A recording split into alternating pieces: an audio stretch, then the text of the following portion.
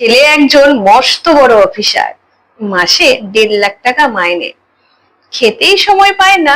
তারপরে আবার বাড়িতে ফোন, বাবা মাকে ফোন করার টাইমটুকু পায় না। এতটাই ব্যস্ত, এতটাই কাজের প্রেসার।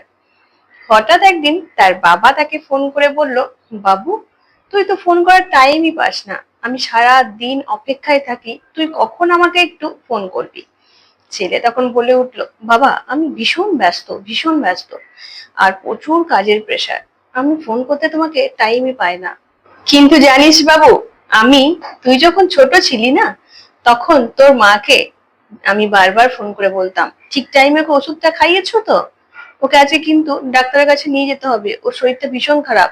তুমি ওর দিকে একটু ভালো করে লক্ষ্য রাখো। তুমি কিন্তু আজকাল একদম লক্ষ্য রাখছো না। এই নিয়ে তোর মাকে আমি কত বকাবকি করেছি, শুধুমাত্র তোর জন্য।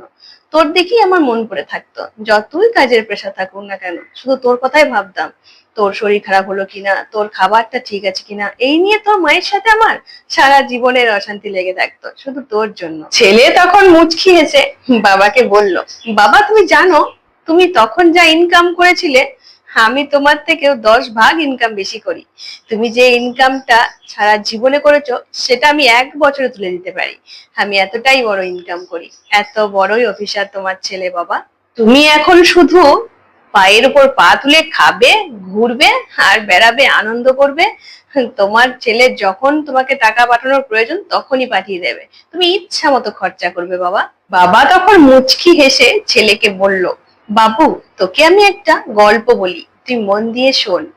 জানিস, তুই যখন ছোট ছিলি, আমি তখন অফিসে ছিলাম, অফিসে চাকরি করতাম। তো ট্রান্সফার হলো আমার। তারপরে আমার একটা গাড়ির খুব প্রয়োজন ছিল। বাসে গোতাগুতি খেয়ে অফিস যেতে প্রচুর ক্লান্ত হয়ে যেতাম। ভাবলাম একটা বাইক কিনতে হবে। প্রচুর কষ্ট হচ্ছে আমাকে অফিস যেতে, আবার ঠিক টাইমে পৌঁছাতে পারছি না, বসের কাছে গালাগালিও খাচ্ছি। ঠিক গাড়িটা কিনতে যাব, সেই দিনই তোর মা এসে বলছে, বাবুর অ্যাডমিশনের জন্য টাকা লাগবে। এখানে ইংলিশ মিডিয়াম স্কুলগুলোতে প্রচুর ডোনেশন নিচ্ছে, কি করবে? অত টাকা কোথায় পাবে তুমি? তখন আমি বললাম, কোথায় আবার পাবো? আমি যে গাড়িটা কিনবো বলেছি, সেটাই আমি আর কিনবো না। আমার বাবুকে তো অ্যাডমিশনটা করাতে হবে, ওকে পড়াতে হবে, ওকে মস্ত বড় করতে হবে, তাই না? জানিস বাবু, আমি বাইকটা আর কিনলাম না। সেই বাইকে টাকা দিয়ে তোর ভর্তির অ্যাডমিশনের জন্য সমস্ত ব্যবস্থা করলাম। আবার তুই যখন খেতে খুব ভালোবাসতিস, তখন আমিও খেতে খুব ভালোবাসতাম। মাটন, চিকেন, অনেক কিছু খেতে ভালোবাসতাম। মিষ্টি তো আমি পাগল ছিলাম। কোনো বিয়ের বাড়িতে গেলে 100 পিস ছাড়া আমি উঠতামই না। কিন্তু বাড়িতে আনলে সেই মিষ্টিটুকু আমি তোর মুখেই তুলে দিতাম, নিজে খেতাম না। ভাবতাম, থাক, আরো দুটো মিষ্টি থাকলে তুই পরে একটু খেতে পাবি। মাংস থাকলে বেশি একটু বাঁচলে তোর মা বলতো, বাবুর জন্য রেখে দিয়ে ফ্রিজে, কালকে গরম করে দিয়ে দেবো। খেতে ভালো লাগলেও আমি বলতাম না। ভাবতাম, না, আমার বাবুটা খাবে, হ্যাঁ, আমি খাবো না। জানিস, খেতে ভালো লাগলেও, খেতে ভালোবাসলেও আমি খাইনি। তোর জন্যই তুলে রেখেছি। কিন্তু দেখ বাবু, আজকে তুই যে টাকাগুলো আমাকে পাঠাস, সেটা অনেকটা টাকা। কিন্তু সেই টাকা দিয়ে আমি নিজেকে চেক আপ করাই, ডাক্তারের কাছে টেস্ট করতে দেয়। ডাক্তার তো প্রতি মাসে টেস্ট লিখিয়ে রেখেছে। ডায়াবেটিস, প্রেসার, সুগার, কি না নাই, সমস্ত কিছু প্রবলেম ধরা পড়েছে।